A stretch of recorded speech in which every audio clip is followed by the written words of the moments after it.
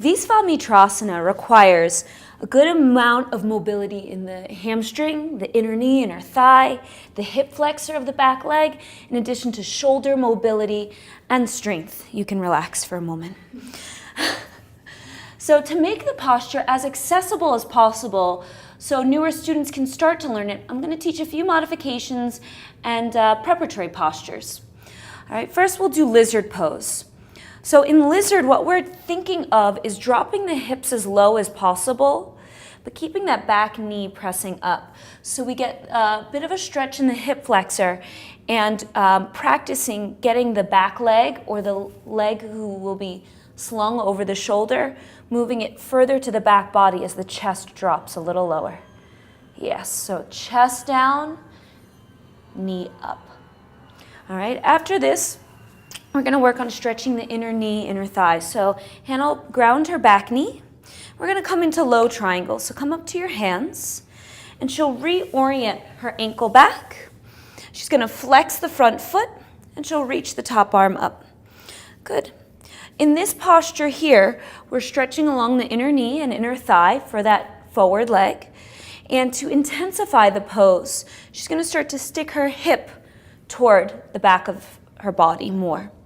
And of course, in any of these postures, you're more than welcome to invite your students to use blocks to place their elbows or hands upon, like for that lizard. And then once we've stretched here, she's going to sit back, all right, and then we'll work on the rotation in the waist and the stretching of the shoulder.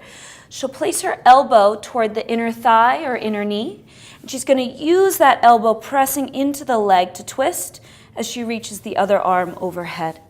And we're working that upward scapular rotation in the top arm, so same as down dog, same as handstand.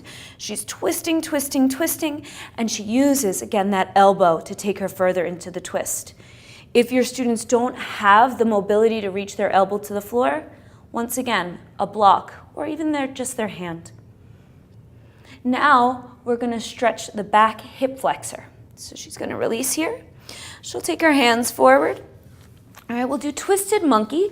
So she's bent her back knee and then opposite hand to foot. She'll grab hold. Good. And then from here, she's pulling the foot toward her. Now, the front knee is hugging toward the midline. If the knee of that front leg starts to sink sideways, we're actually moving it to a stretch for the outer hip of the front leg. To isolate the stretch to the front of the back leg's hip, we have to keep that knee hugging in. So the thought is dropping the hip lower, but lifting the chest higher to increase the angle between the thigh and the torso, stretching out the hip flexor. All right, then she'll release here. We're going to do our first modification of Visvamitrasana, and in this one, it takes out the necessity to have as flexible hip flexors. So she's going to reorient her back ankle, and then she'll go ahead and you're going to set yourself up. She's going to shrug her shoulder underneath the thigh. She can even place her hand on the back of the calf. Just put a little pressure there. Yeah, and see if you can shrug the shoulder further underneath. That's it. Then the hand can either come to the block or the floor. The block is going to be pretty tall for her. And then from here, she sits her hips back.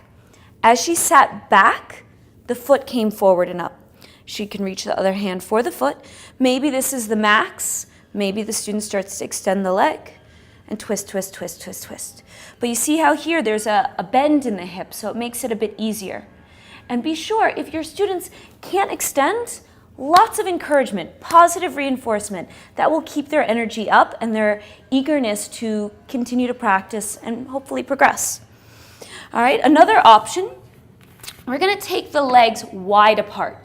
So Hannah's going to have the back leg straight. So take your front foot forward more. Yes. Okay. And then we're going to take the back leg closer to the front of her body and the front foot closer to the back of her body, and then reorient the toes forward. Yes. So now, by having a wider stance, go ahead, set yourself up for the posture. Shoulder underneath the thigh.